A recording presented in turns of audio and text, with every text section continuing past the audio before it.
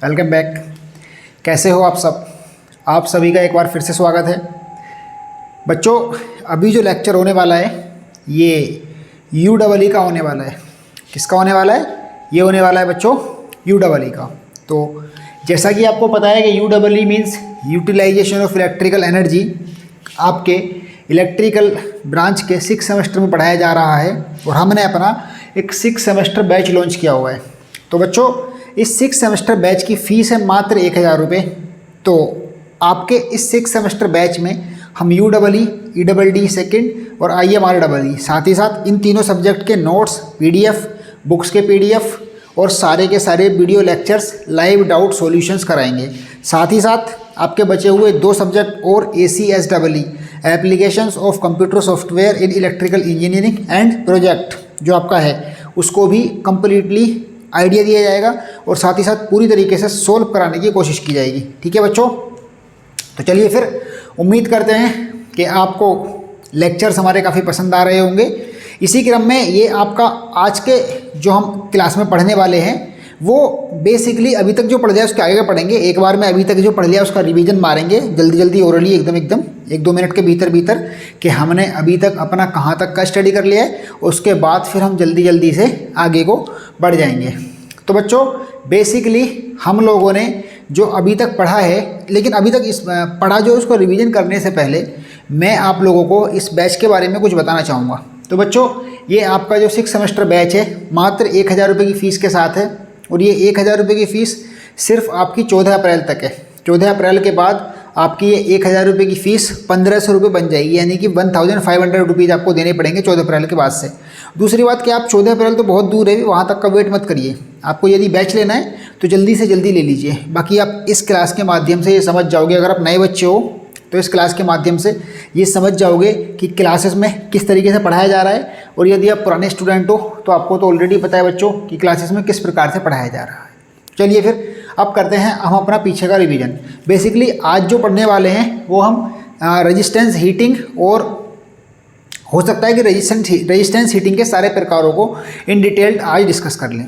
लेकिन अभी तक जो हम लोगों ने पढ़ा है, जैसे कि आपका UEE का सिलेबस है, उसमें सबसे पहला चैप्टर जो कि लगभग आधी किताब के बराबर है पूरा, इल्यूमिनेशन। तो हमने उसमें इल्यूमिनेशन के ईच एंड एवरी डिटेल को जान लिया था। देखो, ये जो बच्चे अभी तक पुराने स्टूडेंट हैं जिन लोगों ने बैच लिया हुआ है उन लोगों से आप पूछ लो, आप बताओ बच्चों, हम लोगों ने इल्यूमिनेशन के सारे टॉपिक्स को जाना, मतलब कि इल्यूमिनेशन का ईच एंड एवरी डिटेल को हम लोगों ने इल्यूमिनेशन की जितनी भी छोटी से छोटी बड़ी से बड़ी डिटेल्स थी उनकी सारी की सारी डिटेल को, छोटी से छोटी बड़ी से बड़ी सारी डिटेल्स को हम लोगों ने इल्यूमिनेशन की जान लिया था। उसके बाद दूसरे चैप्टर में हम लोग आए और हीटिंग पढ़े। हीटिंग में हम लोगों ने पढ़ा कि हीट क्या होती है, लाइट क्या होती है, किस प्रकार से हम हीट को जनरेट कर सकते हैं और किस प्रकार से हम हीट को एक जगह से दूसरी जगह ट्रांसफ़र कर सकते हैं। 2-3 मेथड थे उसके, कंडक्शन, कन्वेंशन और आपका रेडिएशन। इन तीनों मेथड्स को जानने के बाद हम लोगों ने जाने थे मेथड्स ऑफ इलेक्ट्रिकल हीटिंग, यानी कि इलेक्ट्रिकल हीटिंग के हम लोगों ने मेथड्स जान लिए थे। क्या बेसिकली जो टॉपिक है हमारा वो चल रहा है इलेक्ट्रिकल हीटिंग या इलेक्ट्रिक हीटिंग। तो हम लोगों ने इलेक्ट्रिक हीटिंग के या विद्युत हीटिंग के मेथड्स को तो जान लिया था कि हमारे मेथड्स है क्या, इलेक्ट्रिकल हीटिंग या फिर विद्युत हीटिंग के।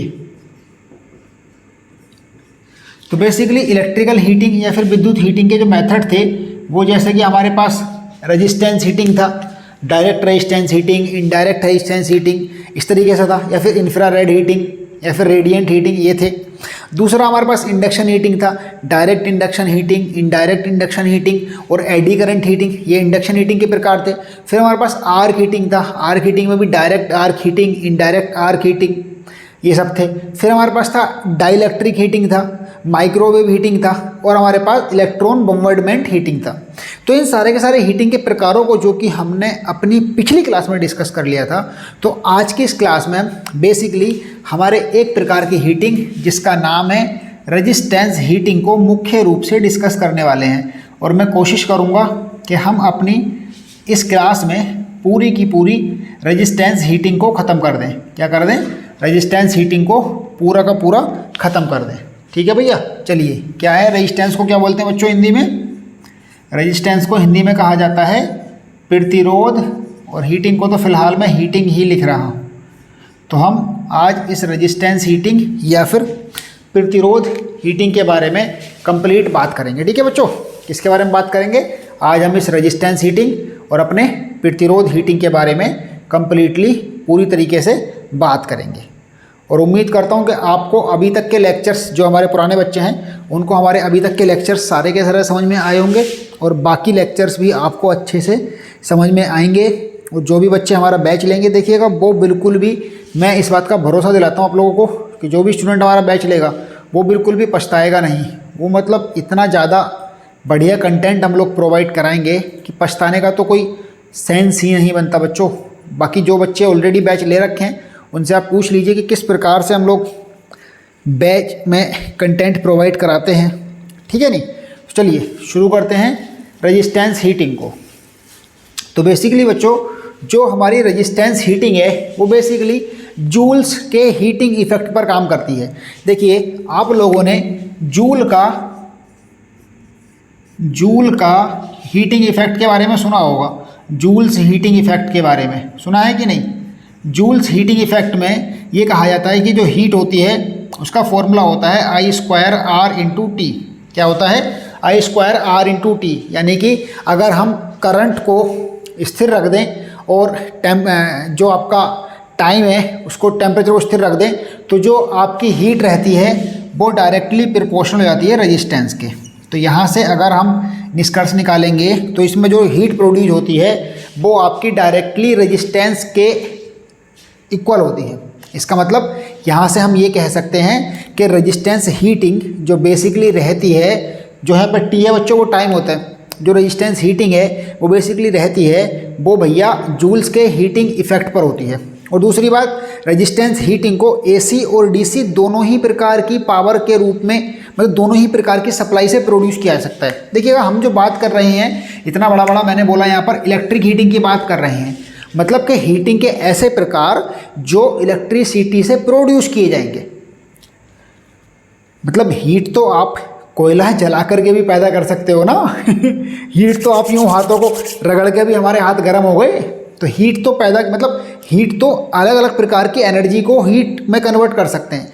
लेकिन बेसिकली हम अपने इस सब्जेक्ट में, इस टॉपिक में या फिर इस बुक में बात करें तो केवल उन्हीं चीज़ों के बारे में बात करते हैं जिसमें कि आपके इलेक्ट्रिसिटी का उपयोग करके जब हीट या फिर इलेक्ट्रिकल एनर्जी को जब हीट एनर्जी में कन्वर्ट किया जाएगा तो सिर्फ उसी के बारे में बात करते हैं। तो बेसिकली जो रेजिस्टेंस हीटिंग है तो वो जूल्स के हीटिंग इफेक्ट पर काम करती है, और जूल का जो हीटिंग इफेक्ट है वो पावर लॉस पर काम करता है, और पावर लॉस तो AC और DC दोनों में होते हैं। तो इसीलिए ये हीटिंग भी दोनों ही प्रकार से हो सकती है। लेकिन साथ ही साथ इसको एक बात जरूर याद रखिएगा कि जी, एक मिनट, डस्टर ढूंढ रहा हूँ, किधर गया।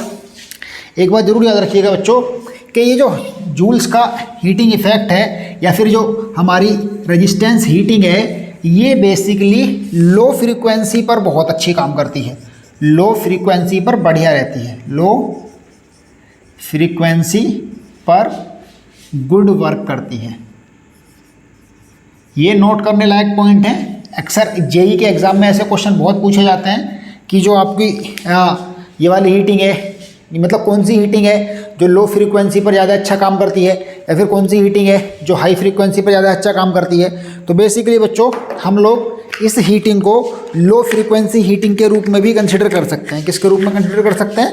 बेसिकली हम लोग अपनी इस हीटिंग को लो फ्रीक्वेंसी हीटिंग के रूप में भी कंसिडर कर सकते हैं, क्योंकि लो फ्रीक्वेंसी पर ये हीटिंग बहुत ही ज़्यादा श्रेष्ठ होती है, बेस्ट होती है, बहुत बढ़िया होती है।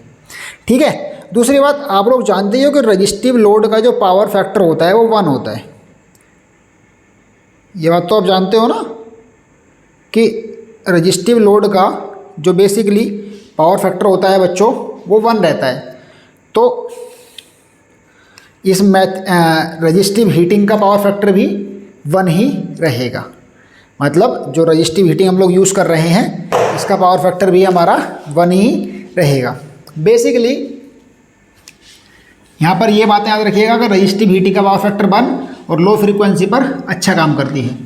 अभी रजिस्टिव या रजिस्टेंस हीटिंग को करने के मेनली 2 मेथड होते हैं। कितने मेथड होते हैं? रेजिस्टेंस हीटिंग को करने के मुख्य रूप से दो मेथड होते हैं। कौन कौन से होते हैं? अभी उनके नाम बताए थे मैंने, जल्दी से बताओ बच्चों एक बार। देखिए पहले भी क्लास में पढ़ाया जा चुका है और आज की क्लास में भी मैंने रिपीट किया था, तो जल्दी से बताओ कि रेजिस्टेंस हीटिंग को करने के हमारे पास कौन कौन से दो मेथड होते हैं। जल्दी से बताइए बच्चे। बिल्कुल सही, एक होता है direct resistance heating, direct resistance heating, और एक रहता है इनडायरेक्ट रेजिस्टेंस हीटिंग। एक रहता है डायरेक्ट रेजिस्टेंस हीटिंग और एक रहता है इनडायरेक्ट रेजिस्टेंस हीटिंग। मुख्य रूप से वैसे तो एक मेथड और होता है इंफ्रारेड, लेकिन वो अलग से पढ़ाएंगे उसको, ठीक है नहीं, वो अभी नहीं पढ़ा रहे हैं। तो बेसिकली हमारे पास रेजिस्टेंस हीटिंग को करने के मेनली दो मेथड हैं। कौन कौन से? एक डायरेक्ट रेजिस्टेंस हीटिंग और एक है आपका इनडायरेक्ट रेजिस्टेंस हीटिंग। तो देखिए जो डायरेक्ट रेजिस्टेंस हीटिंग है तो बेसिकली इसकी जो एफिशिएंसी होती है वो हाई होती है। मतलब कि इन दोनों का कंपेयर करें तो डायरेक्ट रेजिस्टेंस हीटिंग की एफिशिएंसी ज़्यादा हाई होती है। हाई एफिशिएंसी मतलब ये ज़्यादा अच्छा काम कर सकती है। और इसकी दोनों, केवल हम इन दोनों में कंपेयर कर रहे हैं, याद रखिएगा हम बाकी सारी हीटिंग के साथ कंपेयर नहीं कर रहे हैं, हम सिर्फ इन हीटिंग के साथ कंपेयर, मतलब इन दोनों डायरेक्ट और इनडायरेक्ट हीटिंग में कंपेयर कर रहे हैं, ठीक है नहीं। ऐसा नहीं कि किसी दूसरी हीटिंग के साथ कंपेयर कर रहे हो। बेसिकली डायरेक्ट हीटिंग हमारी वो होती है कि जैसे ही हमने करंट फ्लो कराया तो करंट फ्लो होने पर चार्ज डायरेक्ट मतलब हीट जो डायरेक्टली प्रोड्यूस होती है। ऐसा नहीं कि हमने करंट यहाँ दिया है, हीट वहाँ पर पहुँचानी है। जहाँ करंट देते हैं वहीं पर हीट बनती है और वहीं पर हम अपना जो भी इक्विपमेंट रहता है वो लगाते हैं। इसके जो एग्जाम्पल है वो आपका रेजिस्टेंस बेल्डिंग इलेक्ट्रोड बॉयलर है, एक इसका बहुत अच्छा एग्जाम्पल है डायरेक्ट रेजिस्टेंस हीटिंग का, रेजिस्टेंस बेल्डिंग इलेक्ट्रोड बॉयलर। या फिर सॉल्ट बाथ फर्नेस होता है, आप लोगों ने सुना होगा साल्ट बाथ फर्नेस, यहाँ पर साल्ट को प्योरीफाई किया जाता है, वो रहता है आपका, तो वो भी गर्म करके काम करता है। तो ये भी आपका डायरेक्ट रेजिस्टेंस हीटिंग से ही होता है। दूसरी बात आपका जो इनडायरेक्ट रेजिस्टेंस हीटिंग है बच्चों, तो इस प्रकार के हीटिंग में जो आपका करंट फ्लो है वो डायरेक्टली चार्ज में फ्लो नहीं होता, बल्कि मतलब उसको किसी और हीटिंग एलिमेंट में करंट फ्लो कराते हैं। जब हीटिंग एलिमेंट में करंट फ्लो करा करके फिर उसमें इलेक्ट्रिसिटी जब उसमें इलेक्ट्रिसिटी प्रोड्यूस कराई जाती है या दी जाती है, सप्लाई फ्लो कराई जाती है, तब उस इलेक्ट्रोड में हीट बनती है। और जब उस इलेक्ट्रोड में हीट बनती है तो वो हीट उस इलेक्ट्रोड के द्वारा या तो कन्वेंशन या फिर रेडिएशन के द्वारा उस तक आगे तक चार्ज तक पहुंचती है और जिससे कि चार्ज को गर्म करती है। जैसे कि आपकी इसका सबसे अच्छा एग्जांपल देता हूँ आपको, इलेक्ट्रिक प्रेस जो होती है, जो इलेक्ट्रिक प्रेस रहती है आपकी, जो आयरन रहती है, या फिर जो आपके हीटर रहते हैं आपके ये क्या बोलते हैं इसको, गीज़र, जो गीज़र रहते हैं आपके, टोस्टर रहते हैं, इलेक्ट्रिक केटल है, सारे के सारे इनडायरेक्ट रेजिस्टेंस हीटिंग के एग्जांपल हैं। जैसे कि आपने करंट दिया एलिमेंट को, फिर एलिमेंट ने गर्म होके चार्ज को, मतलब जो भी हमको काम करना है वो दिया। बेसिकली ये रहता है, मतलब इसमें सीधे चार्ज को करंट फ्लो कराया जाता है और वहीं पर हीट प्रोड्यूस होती है। लेकिन इसमें अगर सीधे चार्ज को करंट फ्लो नहीं करा सकते, क्योंकि ये ज़्यादातर ऐसी चीज़ें हैं जिनको हम हाथ से छू के उपयोग करते हैं, और हाथ से छू के उपयोग करने के कारण हम करंट को सीधे चार्ज में फ्लो नहीं करा सकते। करंट को सीधे चार्ज में फ्लो कराएंगे या फिर सीधे अगर करंट को सीधे चार्ज में फ्लो कराया तो आपको भी इलेक्ट्रिक शॉक लगने का खतरा रहेगा, और उतना ही रहेगा जितना कि आपके क्या बोलते हैं, मतलब आपको भी इलेक्ट्रिक शॉक लगने का उतना ही खतरा रहेगा। इसीलिए हम लोग इसको सीधे चार्ज में फ्लो ना करा करके एक एलिमेंट के थ्रू फ्लो कराते हैं, इसलिए इसको डायरेक्ट हीटिंग ना हो करके इसका नाम हो जाता है इनडायरेक्ट रेजिस्टेंस हीटिंग।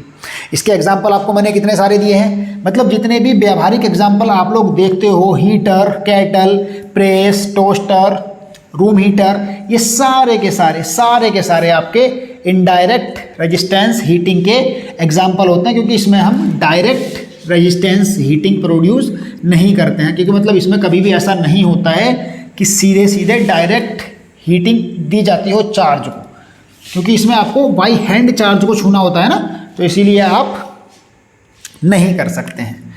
अब हम डायरेक्ट रेजिस्टेंस हीटिंग को डिटेल में पढ़ लेते हैं। डायरेक्ट रेजिस्टेंस हीटिंग और फिर इनडायरेक्ट रेजिस्टेंस हीटिंग को डिटेल में पढ़ने के बाद हमारा क्लास आज का ख़त्म हो जाएगा। तो देखो बच्चों, जो आपका डायरेक्ट रेजिस्टेंस हीटिंग या फिर डायरेक्ट रेजिस्टेंस फर्नेस होता है, देखिए हीटिंग तो फर्नेस से बनती है। फर्नेस का मतलब होता है भट्टी, भट्टी का मतलब जहाँ पर वो हीट प्रोड्यूस होगी। तो हम डायरेक्ट रेजिस्टेंस हीटिंग क्यों ना पढ़ के हम डायरेक्ट रेजिस्टेंस फर्नेस को पढ़ रहे हैं। बात एक ही है, मतलब कि डायरेक्ट रेजिस्टेंस हीटिंग और डायरेक्ट रेजिस्टेंस फर्नेस, ये थोड़ा फर्क है, याद रखिएगा। हम लोग डायरेक्ट रेजिस्टेंस फर्नेस का मैं जो डायग्राम बनाऊंगा वो डायरेक्ट रेजिस्टेंस फर्नेस का है, जिसमें क्या होता है कि इसमें डायरेक्ट रेजिस्टेंस द्वारा हीटिंग प्रोड्यूस होती है। तो भट्टी मतलब हीट तो भट्टी में बनेगी, ऑब्वियस सी बात है। तो चलिए बना लेते हैं। देखिए इसका एक केस रहता है और फिर इसमें 2 इलेक्ट्रोड रहते हैं लगे हुए। ये इसका कवर होता है और उसके बाद इसके अंदर 2 इलेक्ट्रोड रहते हैं लगे हुए। ये एक इलेक्ट्रोड, ये दूसरा इलेक्ट्रोड। जिनमें से एक रहेगा आपका, मतलब इन दोनों को सप्लाई प्रोड्यूस कराई जाएगी। ये सिंगल फेज सप्लाई है तो वो सप्लाई जो है इन दोनों को प्रोड्यूस कराई जाएगी, ठीक है। उसके बाद जो जिस भी मटेरियल को सप्लाई देनी होती है, हीट करना होता है, यानी कि जो चार्ज होता है हमारा, वो चार्ज हमारा इन इलेक्ट्रोड इस प्रकार से एडजस्ट किए जाते हैं कि वो चार्ज तक गड़े होते हैं। जो इलेक्ट्रोड हैं वो हमारे चार्ज तक होते हैं, तो ये हमारा चार्ज रहता है। देखो बिल्कुल नाम से स्पष्ट कर दिया था हमने, डायरेक्ट रेजिस्टेंस हीटिंग। उसके बारे में जो ब्रीफ समझाया उसी के बारे में बात करेंगे, ऐसा कुछ नहीं कि बहुत ज़्यादा अलग बात की जाएगी। उसके बाद हाई रेजिस्टेंस पाउडर को थोड़ा सा मिक्स किया जाता है, क्योंकि जब जितना ज़्यादा रेजिस्टेंस हाई रहेगा उतनी ही ज़्यादा हीट प्रोड्यूस होगी। तो ये चार्ज के ऊपर थोड़ा सा हाई रेजिस्टेंस पाउडर डाला जाता है। तो ये है आपका भैया high resistance powder, high resistance powder. ये है आपका चार्ज, ठीक। और ये है आपकी सप्लाई टर्मिनल्स। क्या है?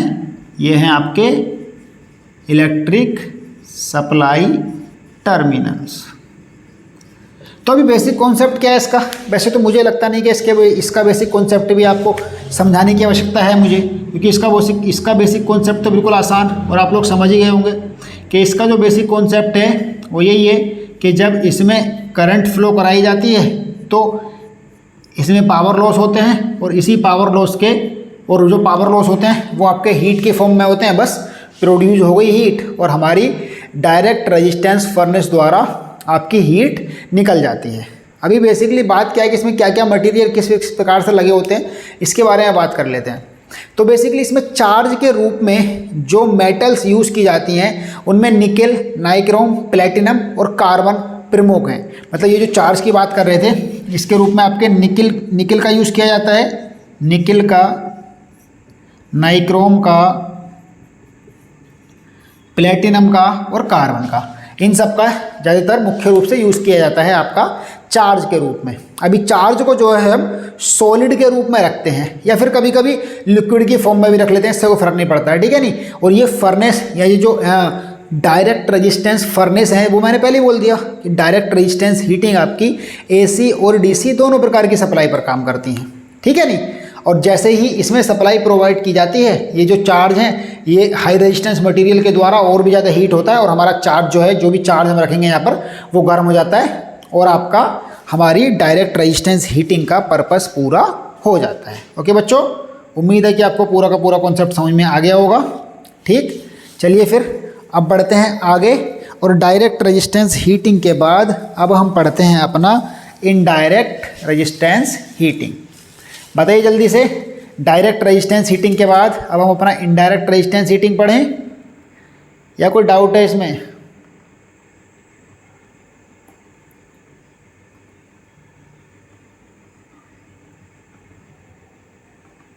कोई भी डाउट हो बेझिझक पूछिए बच्चे। पहले इसके एडवांटेजेस और डिसएडवांटेजेस की बात कर लेते हैं कि आपके जो रेजिस्टेंस हीटिंग के जो एडवांटेजेस या फिर डिसएडवांटेजेस हैं वो क्या क्या हो सकते हैं। तो बेसिकली डायरेक्ट रेजिस्टेंस हीटिंग के एडवांटेजेस ये हैं कि इसमें सभी को यूनिफॉर्म हीट मिलती है।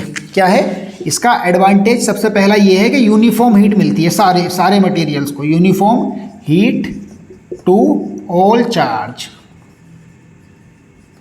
मतलब जितने भी चार्ज के पार्टिकल्स होते हैं सबको इनको बराबर हीट मिलती है, क्योंकि ये तो लगातार ऊष्मा देते रहते हैं, ठीक है नहीं।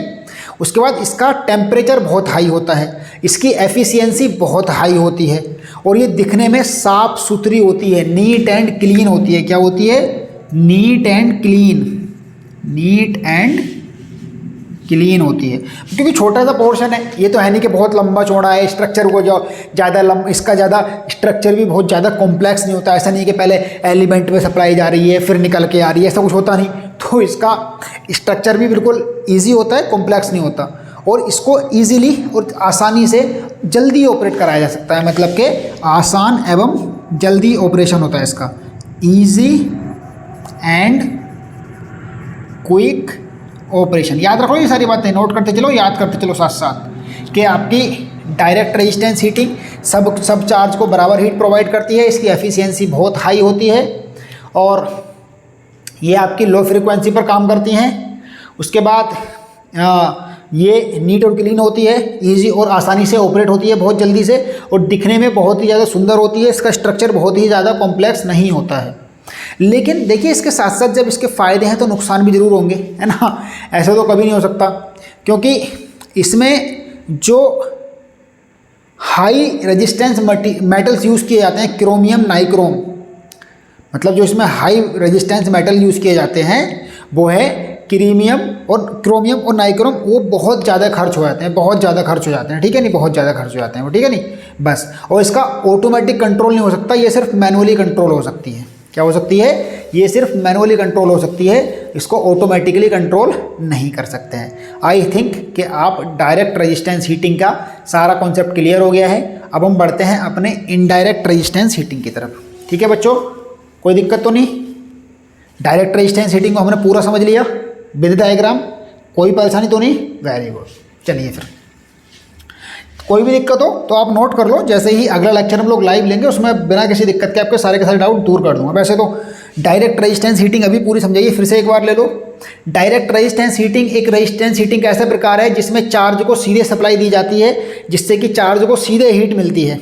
अब इसमें क्या है, देखो ये लगा हुआ है, ये आपके चार्ज हैं, क्योंकि निकल या नाइक्रोम रहता है कोई मटेरियल, या फिर और ये हाई रेजिस्टेंस पाउडर है, और उसके बाद ये आपके सप्लाई टर्मिनल जब इनको सप्लाई देंगे तो सीधे इसको हीट मिलेगी और आपकी फर्नेस का काम पूरा हो जाएगा। अब हम बात करते हैं इनडायरेक्ट रेजिस्टेंस हीटिंग या फिर इनडायरेक्ट रेजिस्टेंस फर्नेस की। किसके बारे में बात करते हैं बच्चों? अब हम बात करते हैं इनडायरेक्ट रेजिस्टेंस हीटिंग या फिर इनडायरेक्ट रेजिस्टेंस फर्नेस की। और मैं जो है इसी में काम कर दूंगा, इसलिए इसको मिटाना नहीं पड़ेगा, नहीं मिटा ही देते हैं। चलो नया डायग्राम बनाएंगे, ठीक है, इससे काम नहीं चला रहे, नया डायग्राम बनाएंगे एकदम अच्छे से, इससे हम काम नहीं चला रहे अपना, ठीक है भैया।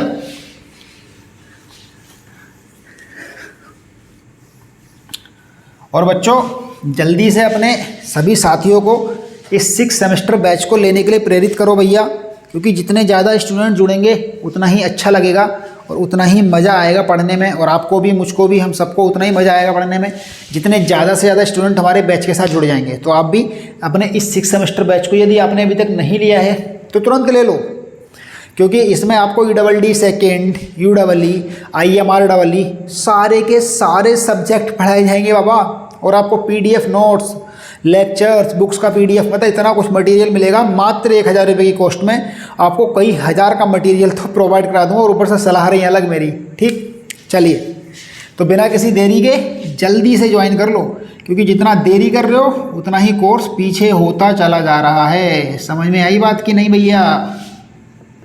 इनडायरेक्ट रेजिस्टेंस हीटिंग कोर्स को ज्वाइन करने के लिए मेरे नंबर पर दिख रहा होगा स्क्रीन पर, वहाँ लिखा है, मैसेज कर दो मुझे। मात्र 1000 रुपये की फ़ीस में आप मुझे कोर्स ज्वाइन कर सकते हो।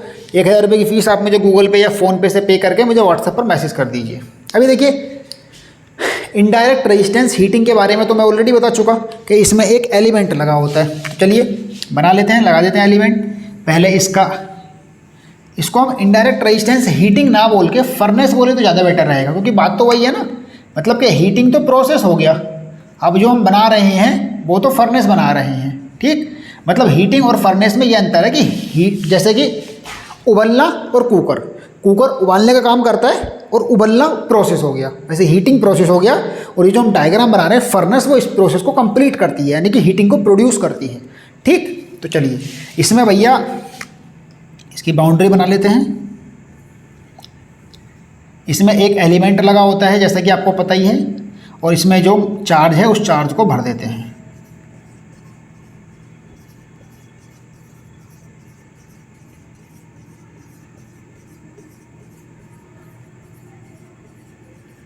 देखो मैं आपको बच्चों, देखिए पढ़ाई ना अक्सर दो प्रकार से होती है। अभी बताता हूँ, एक मिनट रखो बस, इसको बनाने दो पहले, फिर आपको एक कहानी सुनाऊंगा। अभी देखो मैं, क्योंकि कहानी सुनते सुनते पढ़ने में मज़ा आने लगेगा आपको फिर, ठीक है नहीं, देखिएगा।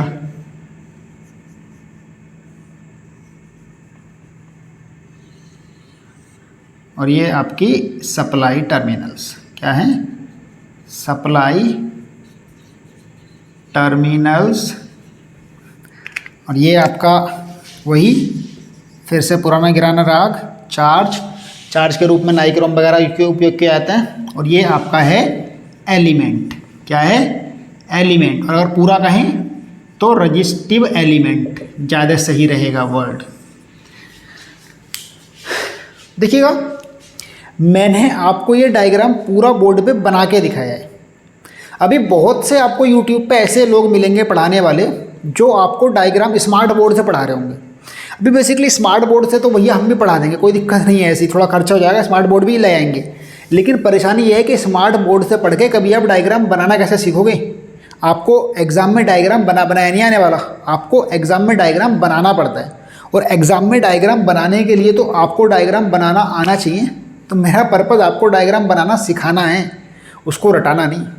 रटाने के लिए तो आपको बुक का PDF ऑलरेडी सेंड कर दिया है जो हमारे बच्चे, बाकी जिसको चाहिए मुझे मैसेज करो, बुक का PDF फ्री में ले जाओ, बात खत्म। बुक का और नोट्स का कोई चार्ज नहीं ले रहे हैं बाबा, सिर्फ क्लासेस का चार्ज ले रहे हैं, वो भी इतना नॉमिनल कॉस्ट है, मात्र 1000 रुपये। तो मैं स्मार्ट बोर्ड पे इसलिए नहीं पढ़ा रहे हैं क्योंकि आपको डायग्राम आपके सामने बना के दिखाएं। कोई भी डायग्राम पहले नहीं बना रहे हैं, बस थोड़े से 10-5 मिनट एक्स्ट्रा खर्च होंगे, लेकिन आपके सामने सारे के सारे डायग्राम बनाए जाएंगे। क्योंकि आपको भी तो डायग्राम बनाना सीखना है, ऐसा थोड़ी ना है कि आपको डायग्राम बनाना नहीं सीखना हो। ये फिगर है इनडायरेक्ट रेजिस्टेंस फर्नेस का, इनडायरेक्ट रेजिस्टेंस फर्नेस का। तो मेरा पर्पज़ आपको रटाना नहीं है, आपको सिखाने का है। ठीक, तो देखिए इनडायरेक्ट रेजिस्टेंस फर्नेस या इनडायरेक्ट रेजिस्टेंस हीटिंग को एक बार जल्दी से समझाता हूँ आपको। डायग्राम में देख ही पा रहे हो कि ये मैंने इनडायरेक्ट रेजिस्टेंस हीटिंग में भी क्या बताया था कि इसमें चार्ज को जो सप्लाई, और ये बात आप एक बार इस क्लास को देख लो, रेजिस्टेंस हीटिंग का क्वेश्चन जब 5 नंबर में रखा हुआ मिलेगा ना UEE में, बिना देखे लिख दोगे, बिना देख, आपको पढ़ने तक की जरूरत नहीं पड़ेगी, ये समझ लो आप आज। अगर ये क्लास जो बच्चे देख रहे हैं वो रेजिस्टेंस हीटिंग, डायरेक्ट और इनडायरेक्ट रेजिस्टेंस हीटिंग को पढ़ने तक की जरूरत नहीं पड़ेगी डायग्राम में, इतने ज़्यादा आसान तरीके से समझा के चल रहा हूँ मैं आप लोगों को। तो बेसिकली इनडायरेक्ट रेजिस्टेंस हीटिंग में जो चार्ज को सप्लाई डायरेक्ट ना मिलके एक पहले उसको मिलती है, किसको मिलती है, सॉरी, एक हीटिंग एलिमेंट को मिलती है। ये एलिमेंट पूरे में होता है बच्चों, समझ आते हैं, एक हीटिंग एलिमेंट को मिलती है। और इस हीटिंग एलिमेंट को जब सप्लाई मिलती है तो ये हीटिंग एलिमेंट जो है हीट प्रोड्यूस करता है, और हीट प्रोड्यूस करने के बाद तब ये चार्ज को डिस्ट्रीब्यूट करता है, जिससे अभी ये बेसिकली प्रेस वगैरह में होता है। जैसे प्रेस का आपने अगर कभी प्रेस खोल के देखिए, उसका एक एलिमेंट होता है सिलेंड्रिकल फॉर्म में, बेलनाकार उसका एलिमेंट रहता है। तो ये बेसिकली कहानी ये रहती है कि जब भी इसको सप्लाई देंगे, चूँकि ये चार्ज जो है इसको डायरेक्टली कपड़े से टच करना पड़ता है ताकि आपको इलेक्ट्रिक शॉक ना लगे। अगर ये सप्लाई डायरेक्टली चार्ज को मिल रही होती ना, डायरेक्टली चार्ज को मिलती, तो जब आप गीले कपड़े से टच करते ना या फिर नंगे पैर प्रेस करते तो आपको भी झटका लगता। ये समझ लीजिए कि यदि आपके घर में ऐसी कोई प्रेस है इलेक्ट्रिक आयरन मैं छोटा सा एग्जांपल लेके चल रहा हूँ उसका, और भी बहुत सारे एग्जांपल हैं, गीज़र है, केटल है, there are too many examples of indirect resistance heating. Basically अगर आपके घर में पुरानी सी प्रेस है कोई, क्योंकि ज़्यादातर पुरानी में आते हैं आजकल, नई में तो आते नहीं, या फिर नई भी है और यदि उसमें किसी भी प्रकार से करंट आता है, मतलब उसको प्रेस करते समय, आयरन करते समय यदि उसमें करंट आता है, तो आप ये समझ जाना कि उसका जो एलिमेंट है वो किसी भी प्रकार से चार्ज से टच हो रहा है। क्योंकि अगर वो एलिमेंट चार्ज से डायरेक्टली टच नहीं होगा तो आपका बिल्कुल भी करंट उसमें कभी आ ही नहीं सकता। लेकिन अगर उसमें करंट आया है, इसका मतलब है कि आपका जो हीटिंग एलिमेंट है वो डायरेक्टली चार्ज से टच हुआ है। क्या हुआ है? वो डायरेक्टली चार्ज से टच हुआ है आपका, मतलब वो इनडायरेक्ट रेजिस्टेंस हीटिंग ना होके डायरेक्ट रेजिस्टेंस हीटिंग है। कॉन्सेप्ट क्लियर हुआ? कोई दिक्कत तो नहीं? तो ये था हमारा इनडायरेक्ट रेजिस्टेंस हीटिंग। क्लियर?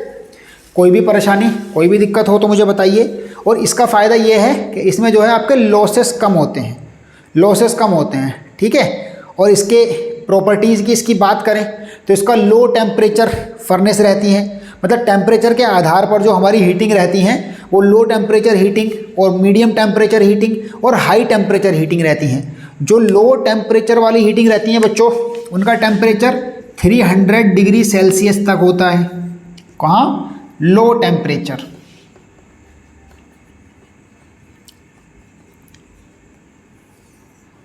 देखिएगा तेज तेज में फ्री, क्योंकि ये क्लास में पब्लिक क्या हूँ, तो यहाँ पर मैं कोशिश करता हूँ कि ज़्यादा से ज़्यादा कॉन्सेप्ट को क्लियर कर दूँ। तो इसीलिए मैं बड़ा तेज तेज पढ़ाता हूँ, क्योंकि मैं चाहता हूँ कि जो बच्चे हमारे बैच नहीं ले पाए हैं, पता नहीं क्यों नहीं ले पाए हैं, लेकिन उनका भी काफ़ी कुछ भला करने की कोशिश करता हूँ मैं। इसीलिए बहुत तेज तेज पढ़ाता हूँ इस क्लास में, जो कि मैं पब्लिक करता हूँ। तो ठीक है नहीं? तो लो टेम्परेचर फर्नेस हमारी 300 डिग्री सेल्सियस तक होती हैं। मीडियम टेम्परेचर फर्नेस हमारी 300 से 1000 डिग्री सेल्सियस तक होती हैं, 1000 तक होती हैं मीडियम टेम्परेचर। और हाई टेम्परेचर वाली फर्नेस जो रहती हैं वो आपकी 1000 से 1400 डिग्री सेल्सियस तक होती हैं। ये रहती हैं आपकी हाई टेम्परेचर फर्नेस। इसको नोट कर लेना, बहुत काम आएगा जेई के एग्जाम में। तो समझ लो इतना काम आएगा, बहुत ज़्यादा। मतलब कि जेई के एग्जाम में ये क्वेश्चन बहुत ज़्यादा पूछे जाते हैं। यूडब्ल्यू से कोई इतना आसान सा क्वेश्चन नहीं पूछा जाता। यूडब्ल्यू से जो क्वेश्चन पूछे जाते हैं वो ऐसे ऐसे पूछे जाते हैं कि high temperature furnace, low temperature furnace का टेम्परेचर कहाँ से कहाँ तक होता है ना? हाई टेम्परेचर फर्नेस का टेम्परेचर कहाँ से कहाँ तक होता है, मीडियम टेम्परेचर फर्नेस का टेम्परेचर कहाँ से कहाँ तक होता है। ठीक है भैया? इस प्रकार के सवाल आते हैं आपके जेई के एग्जाम में। क्लियर? कोई दिक्कत तो नहीं, कोई परेशानी तो नहीं यहाँ तक? उम्मीद करता हूँ कि आपको सारा का सारा समझ में आ रहा होगा। बिल्कुल भी ऐसा कोई कॉन्सेप्ट नहीं होगा जो आपको समझ में नहीं आ रहा हो। फिर भी अगर ऐसा कोई कॉन्सेप्ट है जो आपके समझ में नहीं आ रहा है तो आप बिंदास पूछ सकते हैं। ठीक है बच्चों?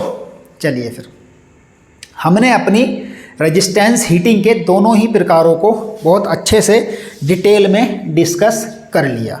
वैसे तो मैंने सोचा था कि आज की इस क्लास में बस इतना ही पढ़ाएंगे, लेकिन अब मेरा मन कर रहा है कि एक छोटा सा टॉपिक और है, उसको और ले लेता हूँ। लेकिन पहले मैं आपको रेजिस्टेंस हीटिंग और डायरेक्ट रेजिस्टेंस हीटिंग और इनडायरेक्ट रेजिस्टेंस हीटिंग का एक रिवीजन मार दूँ जल्दी से और एकदम 2 मिनट के भीतर। आप लोग बताओ जल्दी से, रेजिस्टेंस हीटिंग और इनडायरेक्ट रेजिस्टेंस हीटिंग में सब कुछ समझ में आ गया? कोई दिक्कत तो नहीं, कोई परेशानी तो नहीं? क्या दिक्कत, क्या परेशानी है? किसको द्वारा एक्सप्लेन किया जाए? दोनों को? मतलब मुझे पता है तुम तो एकदम भूखे बैठे रहते हो, अरे दोनों को कर दो सर जी। हाँ सर जी का तो ख्याल कर ही मत लेना, सर जी का शरीर तो लोहे का है 4-4 बार पढ़ लो है ना, और समझ फिर भी मत लेना।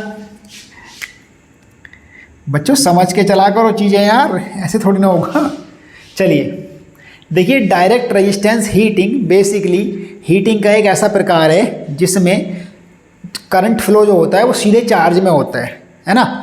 लेकिन इनडायरेक्ट रेजिस्टेंस हीटिंग में बीच में एक एलिमेंट लगा होता है, जिससे कि यदि चार्ज को टच भी कर लें तो भी आपको करंट नहीं लगेगा। ठीक है? जैसे कि आप प्रेस के सरफेस को छू कर देख लेते हो ना, गर्म हुआ गया, वही तो चार्ज है। जो गर्म हो रहा है वही तो चार्ज होता है। जो गर्म होता है उसको बोलते हैं चार्ज। तो जब वो गर्म हो रहा है, अभी वो गर्म तो हो रहा है, आप उसको छू कर देख लेते हो, आपको तो करंट लगता ही नहीं कभी। उसके पीछे का पर्पज़ ये, क्योंकि जो इनडायरेक्ट रेजिस्टेंस हीटिंग है उसमें आपका चार्ज में डायरेक्ट करंट फ्लो ना हो करके एक एलिमेंट में करंट फ्लो होता है। उस एलिमेंट को टच थोड़ी ना करना है, तो चार्ज को टच करना है, और चार्ज में डायरेक्ट करंट फ्लो नहीं हो रहा है, इसीलिए आपको इलेक्ट्रिक शॉक नहीं लगेगा। क्लियर? कोई दिक्कत तो नहीं, कोई परेशानी तो नहीं? ठीक। उसके बाद अगर टेम्परेचर के आधार पर बांटेंगे हम, तो जो इलेक्ट्रिक हीटिंग है वो हाई टेम्परेचर, जो फर्नेस हैं रेजिस्टेंस वाली, वो हाई, लो और मीडियम टेम्परेचर होती हैं। जो लो टेम्परेचर वाली हैं उनका होता है 300 डिग्री सेल्सियस टेम्परेचर। जो मीडियम टेम्परेचर वाली हैं उनका होता है 300 से 1000 डिग्री सेल्सियस टेम्परेचर। और जो आपकी हाई टेम्परेचर वाली हैं उनका होता है 1000 से 1400 डिग्री सेल्सियस टेम्परेचर। अगला जो छोटा सा टॉपिक हम लोग पढ़ने वाले हैं वो है properties of good heating element. Properties of good heating element. बस 5-10 मिनट में ये टॉपिक, 5 मिनट लगेंगे मैक्सिमम, फिर ये ख़त्म और आज का लेक्चर भी ख़त्म हो जाएगा। अच्छे हीटिंग पदार्थ की विशेषताएं। और भैया एक लेक्चर में एक प्रकार की हीटिंग ख़त्म कराएंगे डेली, ठीक है नहीं? मतलब रोज़ के रोज़, जैसे मान लीजिए कि कल के लेक्चर में हम लोग अपनी इंडक्शन हीटिंग ख़त्म करा लेंगे, उसके अगले लेक्चर में आर्क हीटिंग ख़त्म करा लेंगे। तो डेली के लेक्चर में हम एक प्रकार की हीटिंग को ख़त्म कराते रहेंगे। मतलब कि जैसे आज हम लोगों ने अपनी रेजिस्टेंस हीटिंग को ख़त्म कर लिया, कल के लेक्चर में हम लोग अपनी इंडक्शन हीटिंग को ख़त्म कर लेंगे, ठीक है? तो जल्दी से जल्दी आज कल में ही देखिए, आज का क्लास तो पब्लिक कर दिया है मैंने, क्योंकि मैं आप लोग सब लोगों के साथ रूबरू होना चाहता था। अभी 5th सेमेस्टर के एग्ज़ाम दे के आए हो, तो अभी इन 5th सेमेस्टर के एग्ज़ाम के बाद हम लोग अपने 6th सेमेस्टर में फिर से पढ़ाई को कंटिन्यू करने वाले हैं। अभी ऐसा अनुमान लगाया जा रहा है कि मई के आखिरी में आपके पेपर होंगे इसके, तो आपके पास सिर्फ 1.5-2 महीना है, इससे ज़्यादा बचा नहीं है। और मैं आपके इस कोर्स को 100% अप्रैल में पूरा ख़त्म कर दूंगा, अप्रैल में। उसके बाद मई में सिर्फ रिवीजन रहेगा। तो भैया बिल्कुल भी देरी मत करो, जल्दी से जल्दी 6th सेमेस्टर बैच को ज्वाइन कर लो। फीस मात्र 1000 रुपये है, वो भी 14 अप्रैल तक। 14 अप्रैल के बाद फीस 1500 रुपये है। लेकिन 14 अप्रैल बहुत दूर हो जाएगा, अगर तब तक का वेट करोगे तो बहुत कोर्स निकल जाएगा, ठीक है? जो पीछे की क्लासेस हैं वो भी आपको मिल जाएंगी सारी की सारी, ठीक है? जल्दी से ज्वाइन कर लो आज ही, ताकि कोर्स को कवर कर सको। तो एक अच्छे हीटिंग एलिमेंट में क्या क्या प्रॉपर्टी होनी चाहिए? देखिए मैं बोलूँ कि एक अच्छे इंसान में क्या क्या प्रॉपर्टी होनी चाहिए, तो एक अच्छे इंसान की प्रॉपर्टी के बारे में बात करते हैं। अच्छा चलो आप लोग बताओ कि एक अच्छे इंसान में क्या क्या विशेषताएं होनी चाहिए। मतलब कि जैसे अभी हम लोग पढ़ने वाले हैं कि एक अच्छे हीटिंग एलिमेंट में क्या क्या प्रॉपर्टी होनी चाहिए, तो इसको आप कुछ इसी चीज़ से रिलेट कर दो कि एक अच्छे इंसान में क्या क्या प्रॉपर्टी होनी चाहिए। तो आप लोग मुझे बताओ कि एक अच्छे इंसान में क्या प्रॉपर्टी होनी चाहिए। देखिए एक अच्छे इंसान में इंसानियत होनी चाहिए, ह्यूमैनिटी, मतलब कि जो दूसरों के प्रति दया का भाव होता है वो होना चाहिए। किसी दूसरे इंसान को मुसीबत में देखकर उसके काम आने की भावना होनी चाहिए, दूसरों की मदद की भावना होनी चाहिए, कभी किसी का दिल नहीं दुखाना चाहिए, अपने काम के प्रति ईमानदार होना चाहिए, बेईमानी किसी की ना करे, चोरी ना करे। मतलब एक आइडियल इंसान को इसी प्रकार से तो देखा जाएगा, जहाँ तक मुझे लगता है कि नहीं, गलत तो नहीं कह रहा। वो अलग बात है कि कोई होता नहीं ऐसा सबके सब धीरे धीरे कहीं ना कहीं सब ने चोरी करी होती है। ऐसा दुनिया में कौन है जिसने कभी चोरी ना की हो? मुझे एक इंसान का ऐसा नाम बता दो। मतलब मैंने भी बहुत की होंगे, इससे कोई दिक्कत नहीं बाबा, आपने भी बहुत की होंगी। दुनिया में किसी एक इंसान का ऐसा नाम बताओ जिसने चोरी ना की हो। आप में से है कोई जिसने कभी चोरी ना की हो? अगर ये वो कहता है कि वो है तो वो जिंदा झूठ बोल रहा है, क्योंकि ऐसा कोई है ही नहीं जिसने कभी कुछ ना कुछ ना चुराया हो। तो जैसे ये एक अच्छे इंसान की प्रॉपर्टीज़ थी, मतलब कि एक अच्छे इंसान को कैसा होना चाहिए, वैसे ही एक गुड हीटिंग एलिमेंट की प्रॉपर्टीज़ हैं कि एक हीटिंग एलिमेंट का काम क्या है? हीट प्रोड्यूस करना। और वो हीट कैसे प्रोड्यूस कर रहा है? इलेक्ट्रिकल से। इलेक्ट्रिकल के लिए क्या होना चाहिए? हाई रजिस्टिविटी होनी चाहिए। तो एक अच्छे हीटिंग एलिमेंट की सबसे पहली प्रॉपर्टी है हाई रजिस्टिविटी, उच्च प्रतिरोधकता। क्या है? सबसे पहली प्रॉपर्टी है हाई रजिस्टिविटी, उच्च प्रतिरोधकता। कि मतलब एक, अब बाद में समझाएंगे, पहले इनको सबको लिख लेते हैं। दूसरा बच्चे आपका है और प्रॉपर्टीज जैसे high melting point, free from oxidisation. High melting point क्या रहेगा? हाई मेल्टिंग पॉइंट, उच्च गलनांक इसको कह सकते हैं, उच्च गलनांक। उसके बाद फ्री फ्रॉम ऑक्सीडाइजेशन, इसको हिंदी में कहेंगे ऑक्सीकरण से मुक्त, ऑक्सीकरण से मुक्त या ऑक्सीकरण मुक्त। ठीक, और भी प्रॉपर्टीज हैं, एक प्रॉपर्टी और लिखता हूँ फिर इसको समझा के फिर बाकी प्रॉपर्टीज लिखेंगे। Low temperature coefficient of resistance होना चाहिए। क्या होना चाहिए? Low temperature coefficient of resistance. ठीक है, नहीं देखिएगा कि इन सब के मतलब समझाता हूँ, फिर बाकी के लिख देंगे प्रॉपर्टीज हम।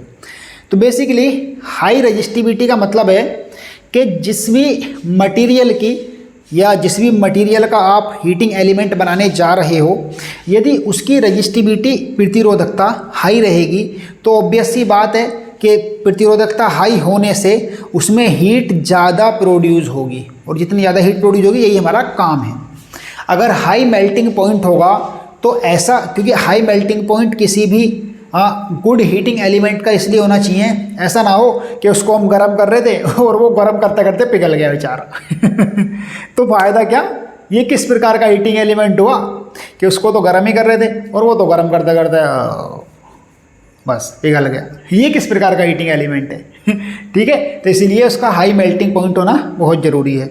फ्री फ्रॉम ऑक्सीडाइजेशन कि मतलब ऑक्सीकरण से मुक्त हो, ऐसा इसलिए है ताकि इसकी लाइफ बड़ी हो सके। देखिए ऑक्सीकरण होगा, ऑक्सीकरण का मतलब होता है इसका क्षय होना, मतलब इसका जो इसका कोरिजन होता है, कोरिजन होता रहता है, इसका मतलब थोड़ा थोड़ा रिश्ता रहता है, गलता रहता है, तो इस चीज़ से बचेगा। अगर ऑक्सीडाइजेशन यानी कि ऑक्सीकरण नहीं होगा तो इसका जीवन बहुत लंबा होगा और इसको समय समय पर बार बार बदलने की ज़रूरत नहीं पड़ी। ठीक, उसके बाद है low temperature coefficient of resistance. Low temperature coefficient of resistance का मतलब रहता है टेम्परेचर कोफिशिएंट ऑफ रेजिस्टेंस कि मतलब रेजिस्टेंस जैसे जैसे जब हीटिंग एलिमेंट लो टेम्परेचर पर रहेगा तब करंट का मान ज़्यादा नहीं होगा। कि मतलब ऐसा है कि जब टेम्परेचर कम है तो रेजिस्टेंस ज़्यादा है, रेजिस्टेंस ज़्यादा है तो करंट भी कम, मतलब उल्टा होता है। ठीक, क्लियर? बताओ कोई दिक्कत तो नहीं? मुझे लगता है शायद ये वाला आपको लास्ट वाला क्लियर नहीं होगा, फिर से एक बार ले लेते हैं। देखिए हाई रजिस्टिविटी का मतलब है कि रजिस्टिविटी जितनी ज़्यादा हाई रहेगी उसकी जो आपकी क्या बोलते हैं हीट है वो उतनी अच्छी प्रोड्यूस होगी। जो आपका मेल्टिंग पॉइंट हाई का मतलब है कि जितना ज़्यादा हाई मेल्टिंग पॉइंट इसलिए प्रेफर करेंगे ताकि हाई मेल्टिंग पॉइंट पे आपका ऐसा ना हो कि हमने उसको हीट करना शुरू किया और बाहर गल गया। ऑक्सीकरण से मुक्त इसलिए होना चाहिए ताकि वो गले ना और लंबी लाइफ चले। और लो टेम्परेचर कोफिशिएंट मतलब लो टेम्परेचर पर उसका रेजिस्टेंस हाई होना चाहिए, इन्वर्सली प्रोपोर्शनल होना चाहिए, जिससे करंट को कम रखा जा सके। ठीक है भैया, चलिए अभी ये थी हमारे एक अच्छे हीटिंग एलिमेंट की प्रॉपर्टीज़। देखिए पढ़ाने के लिए तो इतना कुछ है यार कि कभी ख़त्म ही नहीं होगा। अगर हम पढ़ाते रहें तो पूरे रात भर निकल जाएगी फिर भी ख़त्म नहीं होगा कोर्स। ठीक है, नहीं पूरा दिन पूरी रात निकल जाए फिर भी ख़त्म नहीं होगा। लेकिन क्या है कि एक ही दिन में तो सारा नहीं पढ़ा सकते ना, इसलिए अभी इसको यहीं पर रहने देते हैं। अगली क्लास में हम लोग पढ़ेंगे कि हम अपने किन किन मटेरियल्स का यूज़ कर सकते हैं हीटिंग एलिमेंट के रूप में, कि मतलब हीटिंग एलिमेंट के रूप में किन किन मटेरियल्स का यूज़ किया जाता है। और फिर एक हीटिंग एलिमेंट की डिजाइनिंग किस प्रकार से की जाती है, कि मतलब किस किस बेसिस पर हम लोग हीटिंग एलिमेंट को डिजाइन करते हैं। कुछ फॉर्मूले, कुछ न्यूमेरिकल्स, इनके बारे में सीखेंगे। उसके बाद हम लोग सीखेंगे अपनी इंडक्शन हीटिंग को। ठीक है भैया, क्योंकि हीटिंग एलिमेंट यहाँ पर हम बुद्धि घूम गई मेरी, रेजिस्टेंस हीटिंग की बात कर रहे हैं ना। तो रेजिस्टेंस हीटिंग एलिमेंट को किस किस प्रकार से डिजाइन करते हैं, उसके बेस क्या होते हैं डिजाइन करने के, मटेरियल्स की प्रॉपर्टी क्या होनी चाहिए बात कर ली। अभी बात करते हैं कि कौन कौन से मटेरियल है जो हीटिंग एलिमेंट। और ये बात याद रखना, ये बात चल रही है किसकी? रेजिस्टेंस हीटिंग की। ये मत भूल जाना भैया, ये बात चल रही है आपकी रेजिस्टेंस हीटिंग की, कभी इसको भूल जाओ। इसको भूल गए तो हो गया काम कल्याणम ठीक है, तो चलिए गाइस अभी क्लास को हम लोग यहीं पर रोक रहे हैं, मतलब ख़त्म कर रहे हैं। उसके बाद अभी मिलेंगे आपसे अगली क्लास में, यानी कि कल को डेली क्लास होगा बिना किसी दिक्कत के। लेकिन सब लोगों से नहीं मिल पाएंगे, हम सिर्फ उन्हीं बच्चों से मिलेंगे जिन लोगों ने हमारा बैच ले रखा है। जिन लोगों ने, यानी कि आपने अगर बैच अभी तक नहीं लिया हुआ है तो जल्दी से बिना किसी देरी के 6 सेमेस्टर का बैच ले लो, फीस मात्र 1000 रुपये। ये मेरा नंबर लिखा है, यहाँ पर भी अपना नंबर लिख देता हूँ मैं। इस नंबर पर मुझे कभी भी किसी भी समय संपर्क करके आप बैच ले सकते हो। व्हाट्सएप मैसेज करिए, कॉल करिए। और दूसरी बात बच्चों, अगर आप बैच नहीं भी लो तब भी आपको नोट्स चाहिए हो, नोट्स फ्री मिलेंगे। बुक का PDF बिल्कुल फ्री मिलेगा। किसी भी नोट्स, किसी भी बुक के PDF के लिए आप मुझे इस नंबर पर एनी टाइम मैसेज कर सकते हो व्हाट्सएप पर। लेकिन अगर आप बैच ले लोगे तो आपको बहुत फ़ायदे हैं। बैच सिर्फ इसलिए नहीं है कि आपको नोट्स मिल जाए, PDF, वो फ्री दे रहा हूँ भैया। लेकिन बैच आपको इसलिए दे रहा हूँ ताकि आप सिर्फ इस सेमेस्टर की तैयारी नहीं कर रहे हो, आपको ये जो मैं पढ़ा के चल रहा हूँ ये सारा का सारा JEE में बहुत काम आएगा। JEE में EEE सेकंड जो है वो तो इस सेमेस्टर के हिसाब से पढ़ेंगे, लेकिन UEE और IMREE जो है वो JEE के एग्ज़ाम के हिसाब से बहुत काम आएगी। जूनियर इंजीनियर के जो एग्ज़ाम होंगे आने वाले समय में उनमें बहुत काम आएगा। तो बिल्कुल देरी मत करो, जल्दी से बैच ले लो। 1-2 दिन में जितना जल्दी लेना है, क्योंकि लेट करने से कोई फ़ायदा नहीं है। लेट करोगे तो कोई फिर मतलब ही नहीं बनता लेने का ना। तो जल्दी से जल्दी जितना हो सके बैच ले लो। आपको पीछे की सारी क्लासेस भी प्रोवाइड कर दी जाएंगी। और बच्चों, यदि आपने बैच ले लिया है, जिन लोगों ने बैच ले रखा है वो अपने दूसरे साथियों को बैच लेने के लिए प्रेरित करिए। फीस मात्र 1000 रुपये है। 14 अप्रैल के बाद फीस आपकी रहेगी 1500 रुपये। तो जल्दी से जल्दी अपने साथियों को लेकर के आइए और बैच के साथ जोड़िए। ठीक है बच्चों, चलिए फिर मिलते हैं आपसे अगली क्लास में। अगर आप नए हो तो चैनल को सब्सक्राइब करके जाना, जिससे कि आने वाली फ्री क्लासेस के लिंक आप सभी को मिलते रहें। और लाइव अपडेट के लिए बेल आइकन को प्रेस कर देना। साथ ही बच्चों, क्लास अगर अच्छा लगा है, क्लास को लाइक ठोको दबा के, शेयर कर दो इस वाली क्लास को तो सबसे, बाकी मत करना। ठीक है चलिए गाइस, मिलते हैं जल्दी आप लोगों से। जो बैच ले लेंगे कल को फिर से पढ़ेंगे मटेरियल क्या क्या यूज़ करते हैं, और फिर उसकी डिजाइनिंग के फॉर्मूलाज, फिर इंडक्शन हीटिंग। थैंक यू, धन्यवाद, नमस्कार, थैंक यू सो मच।